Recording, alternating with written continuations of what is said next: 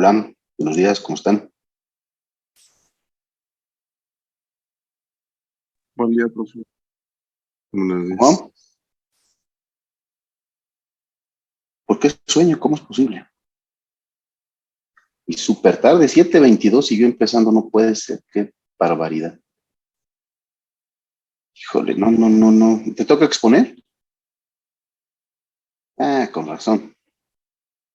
A ver, muchachos, antes de empezar, bueno, con la exposición, temas relevantes de la exposición de ayer, por favor, ¿qué opinan?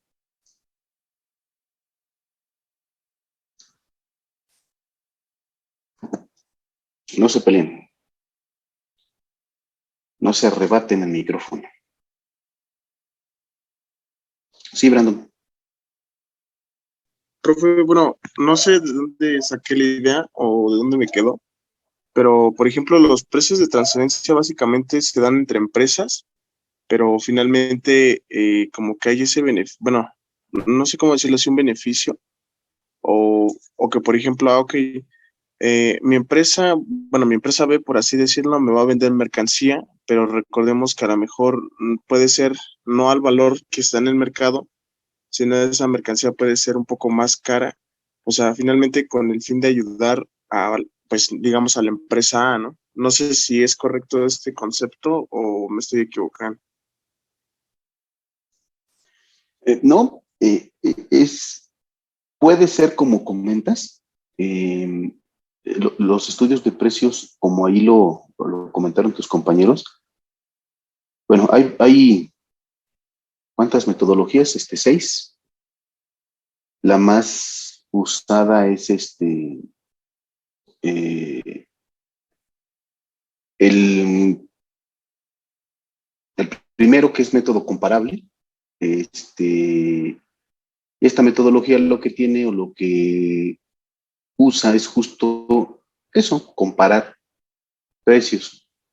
Son estudios, Brandon, y para todos, son estudios que determinan, en la exposición de ayer comentaban, hay bases de datos, y obviamente esas bases de datos corresponden a información que se vuelve pública y determina que obviamente tú vas a hacer la comparación con una empresa que corresponda a tu mismo giro. O sea, no puedes mezclar peras con manzanas, sino tendrás que ver si la empresa que te estás haciendo la comparación es de la industria automotriz, tendrás que compararla con la industria automotriz. Y sí, puede ser que en algún momento, antes de que existieran los precios de transferencia, pues como que era muy fácil, entre compañías del grupo traías unas perdedoras, unas ganadoras, pues y no consolidaban fiscalmente. Lo que hacías es, pues, esas perdedoras facturarle más a las ganadoras, y era una forma de traspasarle pérdidas a través de facturaciones sin que tuviera mucho sentido ni razón de negocio de esa facturación. Pero desde que nacen los precios de transferencia, pues obviamente tú te ves, o las empresas, los grupos se ven limitados y tienen que dar cumplimiento a esta normativa, donde en estos comparables, pues vas a tener tú un rango. Y en un estudio de precios, pues vas a tener el rango bajo, medio y alto. Y entre ese rango tú tendrás que tener tu facturación. Podrás irte al rango alto, sí, nada más que habrá que tener los elementos para poder explicarlo y defenderlo. Pero sí, puede funcionar o que te quedes en el bajo, medio o alto. Si te quedas fuera del rango, lo que puede pasar es que llegue la autoridad y te quiera ajustar y decir, no, vendiste por debajo del costo, me refiero por debajo del último rango, del último cuartil, o vendiste arriba del tercer cuartil. Entonces, eh, es un área con muchísimo estudio. Las bases de datos ya están creadas, muchachos. Eh, entonces, pudiera sonar fácil, ¿no? Pues compara esta con esta, pero bueno, pues obviamente tendrás que tener todos tus elementos. Hay muchas, la regulación en la ley del impuesto sobre la renta está relativamente limitada. Lo que es muy amplio son todas las guías internacionales de precios de transferencia.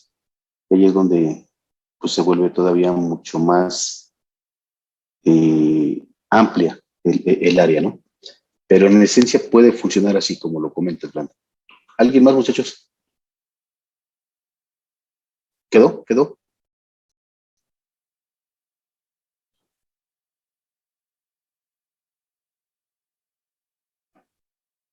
Sí, adelante.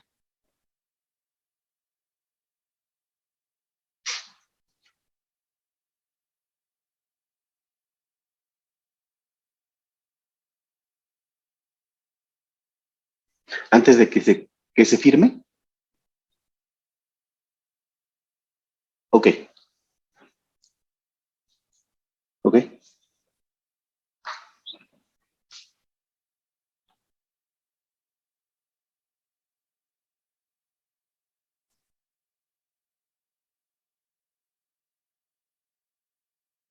A ver si te seguí bien.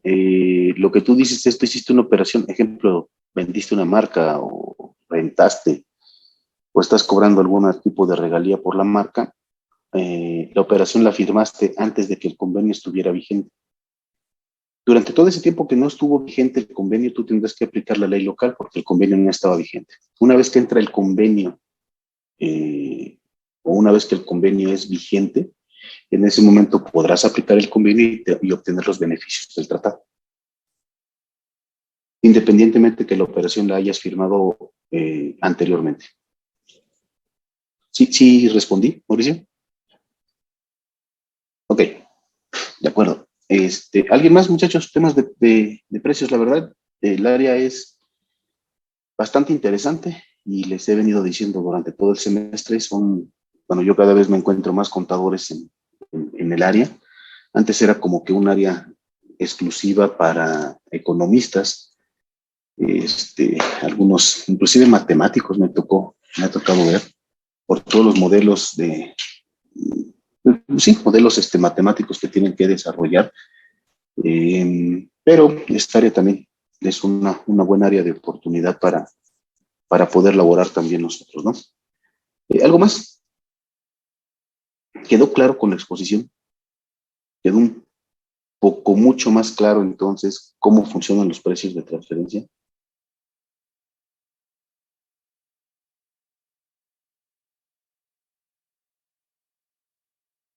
El silencio creo que confirma, ¿verdad? Bueno, espero haya quedado claro. La exposición estuvo muy completa, estuvo bien, bien estructurada, el material también bien. Entonces, insisto, es un área no tan explorada por nosotros, pero vale la pena conocer y entender de qué se trata, ¿sale? Si no hay ningún comentario adicional, equipo 3, adelante, bienvenidos, los escuchamos.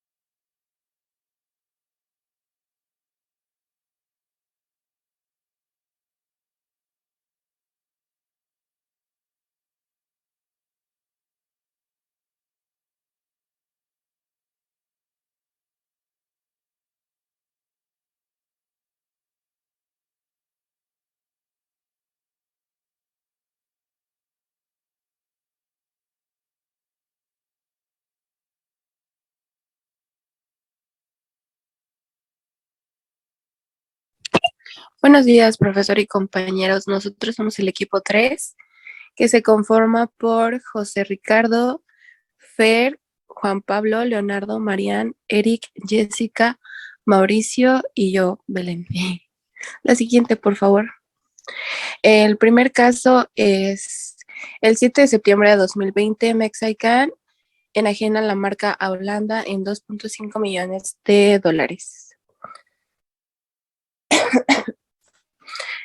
Para efectos del impuesto sobre la renta, de acuerdo con lo que se establece en el artículo 190 de la Ley del Impuesto sobre la Renta, tratándose de la enajenación de acciones que lleva a cabo los residentes en el extranjero, se considerará que la fuente de riqueza se encuentra en México cuando la persona moral que haya emitido las acciones sea residente en México. En este sentido, dicha enajenación será sujeta de retención a razón de una tasa del 25% del impuesto sobre la renta sobre el ingreso total sin deducción alguna. La retención del ISR que resulte deberá efectuarse por el adquiriente si éste es residente en el país o caso contrario, el contribuyente enterará el impuesto correspondiente mediante declaración que presentará ante las oficinas autorizadas dentro de los 15 días siguientes a la obtención del ingreso. Aquí es importante mencionar que si el residente en el extranjero designa un representante legal en México y la enajenación de acciones se dictamina en México por un contador público certificado, este podrá efectuar un pago provisional de ISR menor siempre que cumpla los siguientes requisitos, que es la siguiente diapositiva, por favor.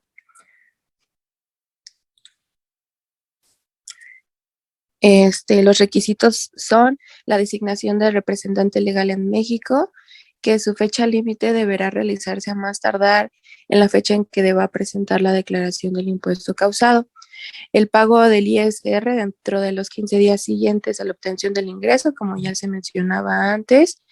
La presentación del aviso, igual dentro de los 15 días siguientes a la fecha en que se deba presentar la declaración del impuesto, y la presentación del dictamen por el contador público de documentos, el contador público certificado de documentos e informes. Y este será dentro de los 30 días siguientes a aquel en que se presentó o debió presentarse la declaración del impuesto causado. En la última columna vienen los fundamentos, que es el artículo 259, 190, 263 y 263. La siguiente, por favor.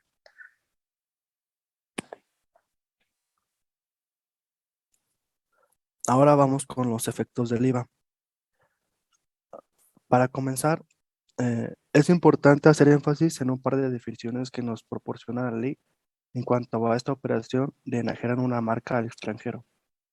Por ejemplo, el código fiscal nos menciona en el artículo 14 que se entiende por enajenación de bienes a la transmisión de una propiedad.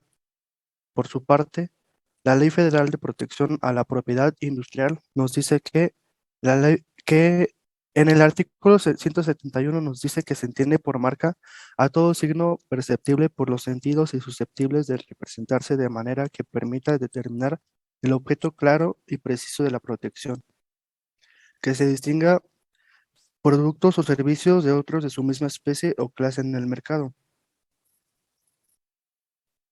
Ahora bien, en la ley del IVA, naturalmente, los bienes intangibles como cualquier mercancía también pueden venderse, y esto nos lo especifica el artículo 29 en la fracción 2 de esta misma ley, que nos dice que las empresas residentes en el país calcularán el impuesto aplicando la tasa del 0% al valor de la enajenación de bienes o prestación de servicios cuando unos u otros exporten. Y en la fracción 2 nos especifica que se aplica a la enajenación de bienes intangibles realizada por personas residentes en el país a quienes residan en el extranjero.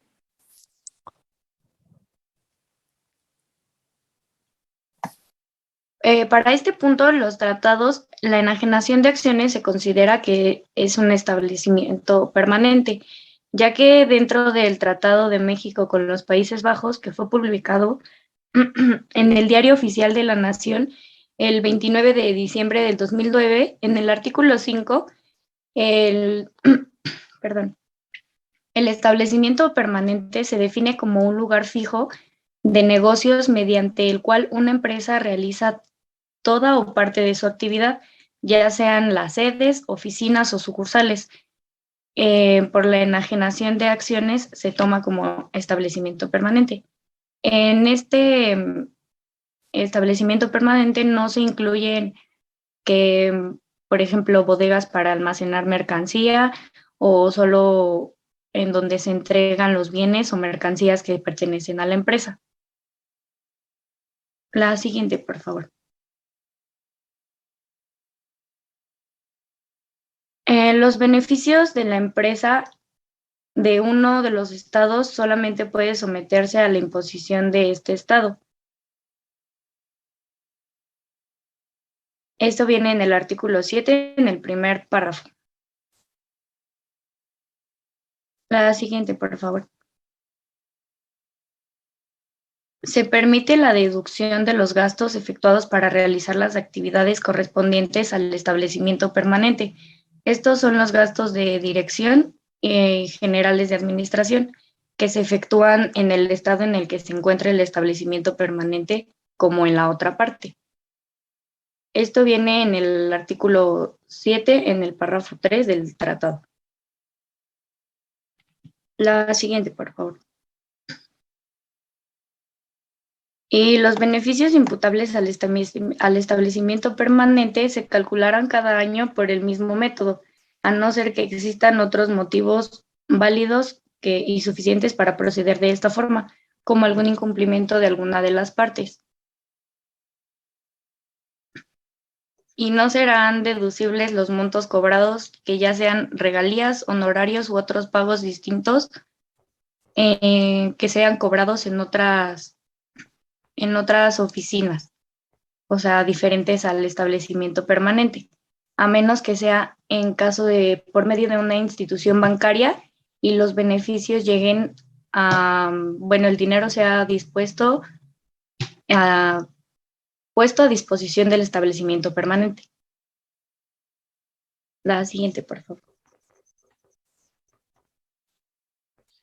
Bueno, el siguiente caso es Holanda cobra el uso de la marca a la holding mexicana durante 2020 y 2021 a razón del 3% de sus ventas, las cuales son 11 millones de dólares anuales.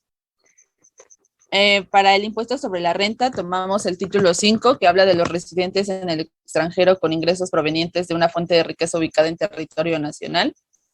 El artículo 167 nos habla de tratándose de regalías por el uso o goce temporal de patentes o de certificados de invención o de mejora, marcas de fábrica y nombres comerciales, que es ahí donde entraría el caso, así como por publicidad, tasa aplicable al ingreso que obtenga el contribuyente por dichos conceptos. Será la tasa máxima para aplicarse sobre el excedente del límite inferior que establece la tarifa contenida en el artículo 52 de esta ley. El artículo 152 de esta ley nos dice que la tasa máxima es del 35%. Aquí está la tablita en donde lo especifica.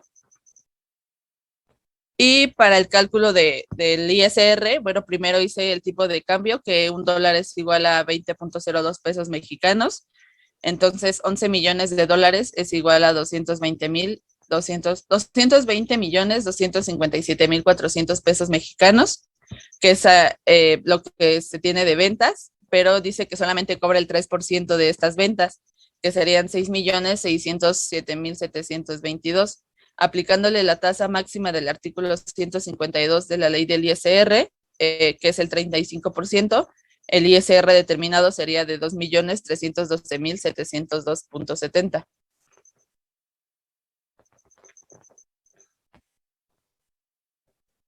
Bueno, yo les voy a hablar sobre el Tratado de los Países Bajos. Para esto es importante primero entender qué es el Reino de los Países Bajos. Holanda es en realidad la región históricamente más relevante de los Países Bajos. No obstante, no se trata del país en su totalidad. Desde 2020, el Ministerio de Asuntos Exteriores ha cambiado la marca de Holanda por Países Bajos, el cual significa Netherlands en inglés, pues es la forma correcta para referirse a todo el país. Los Países Bajos conforman junto a las islas de Aruba, Curazao y San Martín, así como los municipios especiales de Bonaire, Saba y San Eustaquio. Todas las colonias son holandesas y bueno, el Reino de los Países Bajos es una federación que está en funcionamiento desde 1954.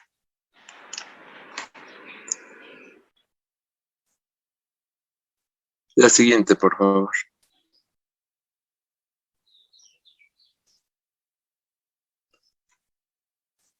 Y bueno, México tiene un convenio con el Reino de los Países Bajos, el cual tiene como objetivo que el gobierno de los Estados Unidos mexicanos y el gobierno de del Reino de los Países Bajos eh, desean concluir un convenio para evitar la doble imposición e impedir la evasión fiscal en materia de impuestos sobre la renta. Encontramos en el artículo 12, el cual habla de regalías. En su párrafo 1 nos menciona que las regalías procedentes de uno de los estados y pagadas a un residente del otro estado pueden someterse a imposición en este otro estado si dicho residente es el beneficiario efectivo de las regalías.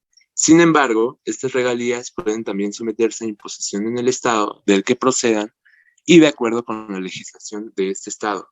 Pero si el perceptor de las regalías es el beneficiario efectivo, el impuesto así exigido no puede exceder el 15% del importe bruto de las regalías.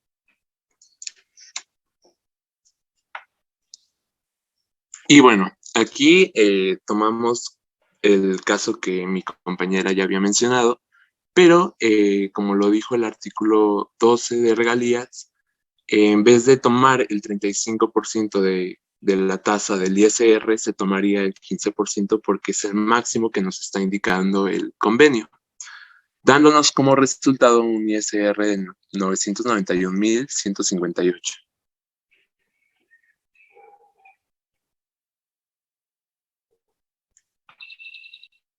El impuesto sobre el valor agregado, el artículo 15b del Código Fiscal nos dice que se consideran regalías, entre otros, los pagos de cualquier clase por el uso o coste temporal de patentes, certificados de convenio o mejora. Marcas de fábrica, nombres comerciales. Hola, oye, no escucho. No sé si sea el tema de a lo mejor tu audífono o pégate un poquito más a la lap, a la computadora, porfa. No sé si ustedes escuchen. Se escucha muy bajito. Ahí me escucha mejor. No, de hecho, ni te activa el micrófono.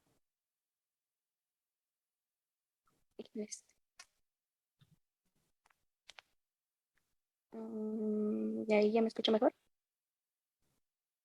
No, te sigues escuchando. O sea, sí te alcanzo a escuchar, pero muy, muy bajito.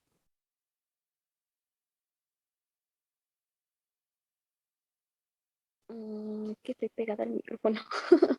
Pero A ver, inténtale, porfa. ok.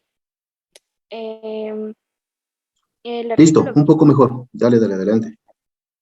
el artículo 15b del Código Fiscal dice que se consideran regalías, entre otros, los pagos de cualquier clase por el uso o goce temporal de patentes, certificados de invención o mejora, marcas de fábrica, derechos comerciales, derechos de autor sobre obras literarias, entre otros.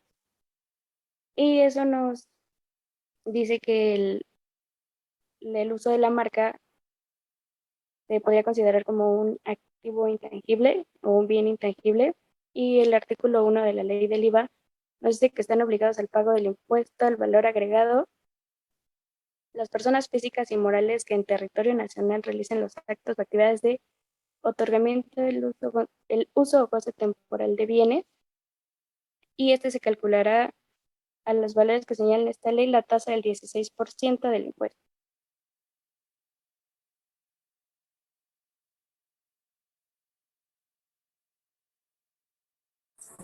Como último punto, nosotros vamos a hablar sobre la devengación de intereses, donde Mexicana devenga durante 2020 y 2021 intereses a Alemania por un préstamo realizado en 2017.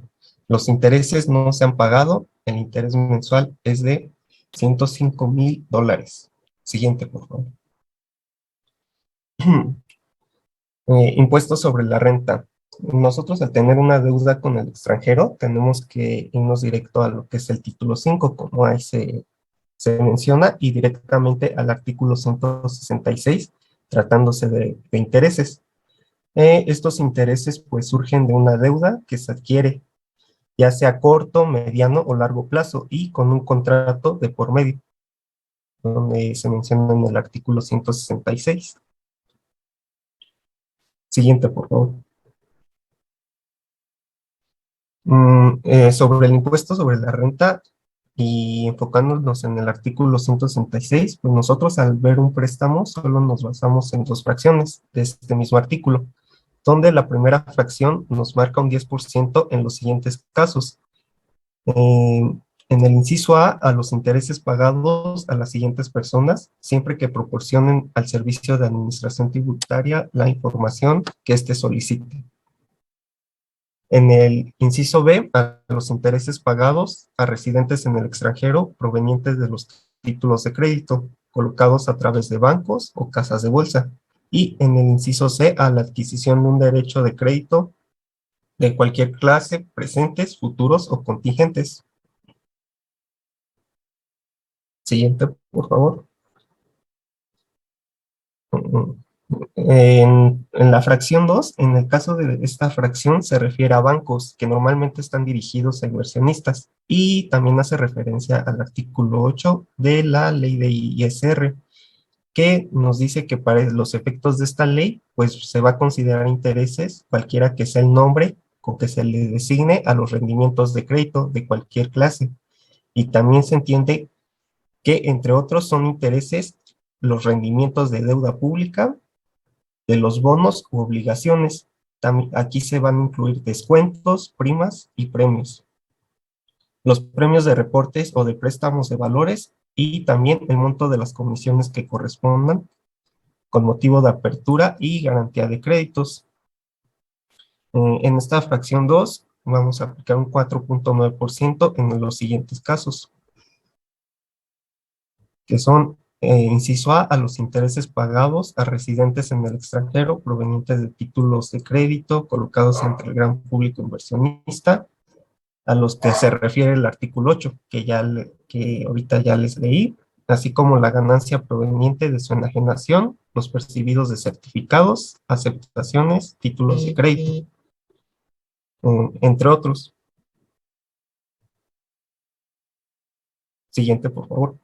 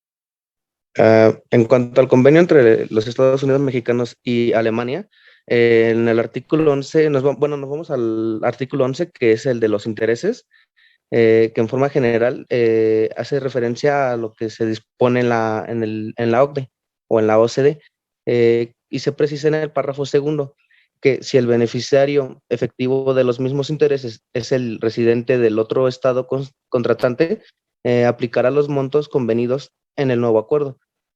Para dejar atrás la redacción que establecía que si el preceptor de los dividendos es el beneficiario efectivo, que podría dar paso a interpretaciones distintas. Y bien, los impuestos convenidos previamente sufren cambios de acuerdo con lo siguiente, ya que en su inciso A ahora menciona que es un 5% del importe bruto de los intereses provenientes del préstamo otorgado por un banco. y en su inciso B nos dice que es un 15% del importe bruto en todos los otros casos. La siguiente, por favor.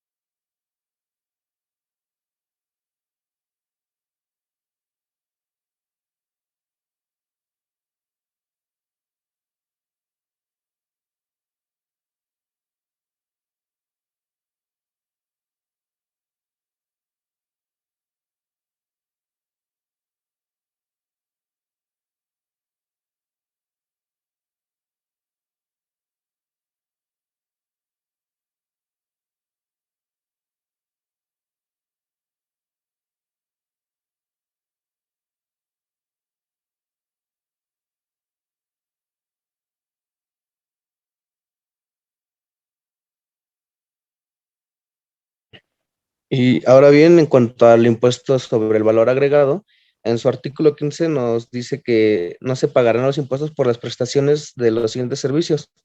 En la fracción 10 habla precisamente de lo que es derivados de intereses, y en su inciso B nos menciona que es cuando reciban o paguen las instituciones de crédito, las uniones de crédito, las sociedades financieras de objeto limitado, las sociedades de ahorro y préstamo y las empresas de factoraje financiero en operaciones de financiamiento para las que requiera de autorización y por concepto de descuento en documentos pendientes de cobro, por lo cual entonces no aplicaba para este caso el IVA.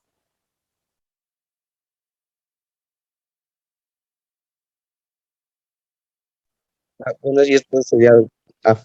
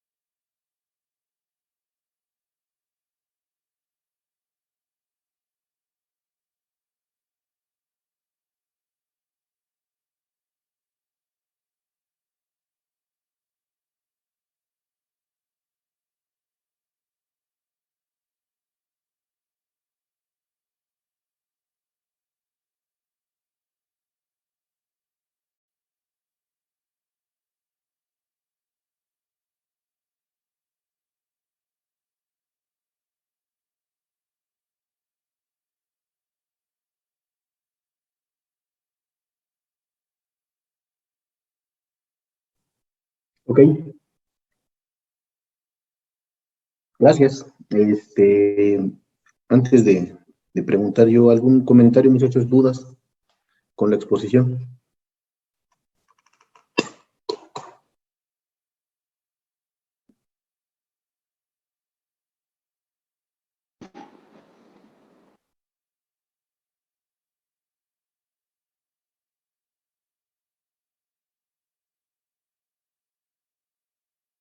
¿No? ¿Nada?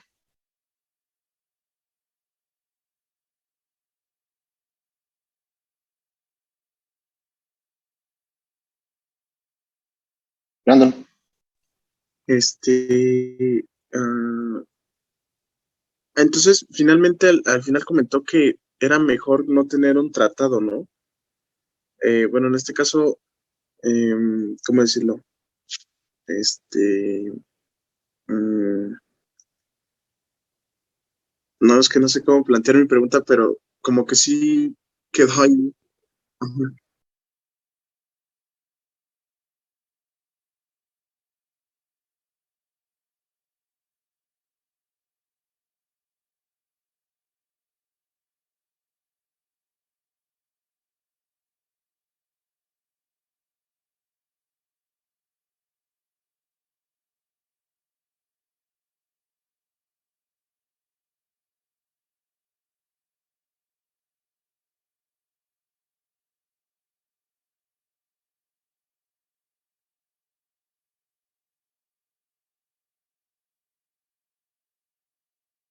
Sí,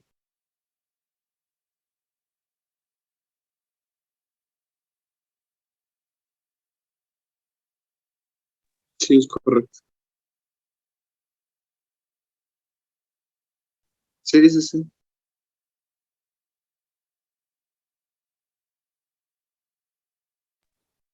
¿Alguien más, muchachos?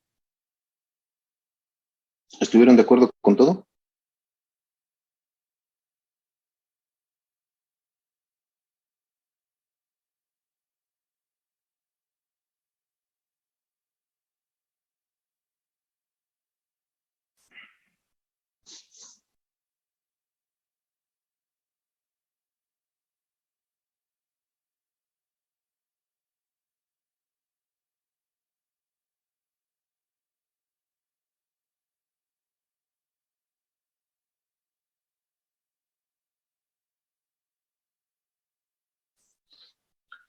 ¿Nada? ¿En serio?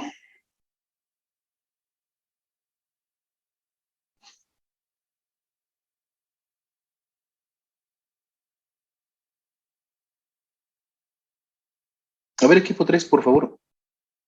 Una pregunta a alguien de sus compañeros. Obviamente que no sea del equipo.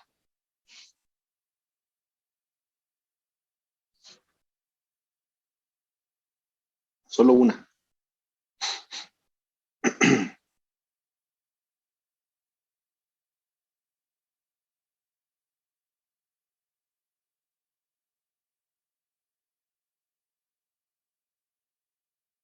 De lo que expusieron.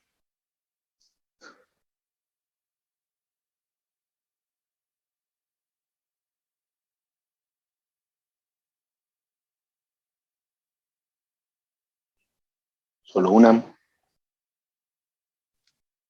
Profe, Ande, Fer. ¿podría ser que alguien nos explicara qué es el establecimiento permanente? ¿A quién se la quieres hacer, Fer? Ah, ay, no, usted diga. No, no. Bueno, a ver, un número. Del 1 A al 40 ver, y al 50. 27.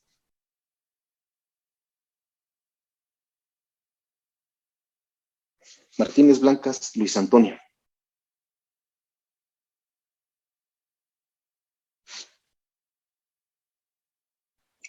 ¿Me puede repetir la pregunta, profesor? Sí, adelante, Fer. Que según el tratado, ¿qué es un establecimiento permanente? Mm,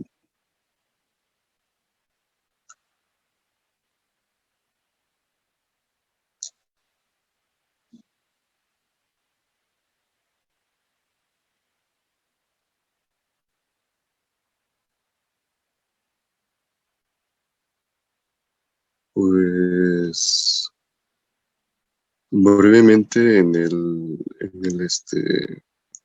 la expo, pues decía que un establecimiento permanente es un lugar fijo de negocios en donde mediante el cual la empresa realiza toda o parte de su actividad.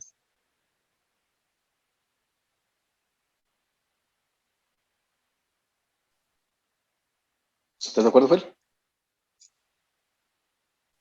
Sí, profe. Ok.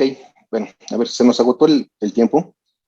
Tengo yo varios comentarios, algunas dudas sobre la exposición. La revisamos el lunes. Y ya también les hago comentarios sobre el material y la propia exposición, ¿sale?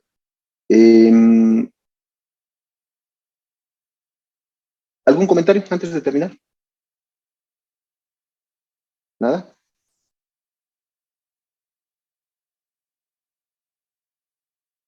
No, ninguno. Profe, bueno, ¿cómo decirlo? No es relacionado al tema, pero el día lunes sí nos veríamos presencial. Pues no sé cómo ande el contagio allá. ¿Quién me comentó? María, ¿no? Tú fuiste, ¿verdad? Sí, profe. ¿Hace cuántos días empezaron los contagios? ¿Ya podemos ir? Desde el miércoles, 3 de mis compañeros se contagiaron y los regresaron a todo el salón. No fue el martes. El miércoles ya otros 5 compañeros de otro salón salieron positivos e igual nos regresaron. Y conforme a lo que pues ya el día de ayer ya empecé con síntomas, o sea, ya dolor en la garganta, dolor de cabeza, y fui al doctor y sí tengo infección en la garganta, pero tengo que esperar unos días para poder hacerme la prueba para que pues ya sea si es positiva o negativa. ¿Qué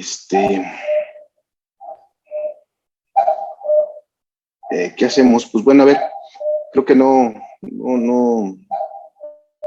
conviene mucho ir. A ver, nos vemos otra vez el lunes en línea y el lunes volvemos a decidir si vamos el martes, ¿sale? Equipo 4, entonces nos vemos el lunes, perdóneme, para la exposición, y yo también doy comentarios sobre la exposición del equipo 3. ¿Vale? Sí, profe, está bien. Sí. Bueno, espero el material. Nos vemos el lunes. Buen fin de semana. Cuídense, que tengan excelente día.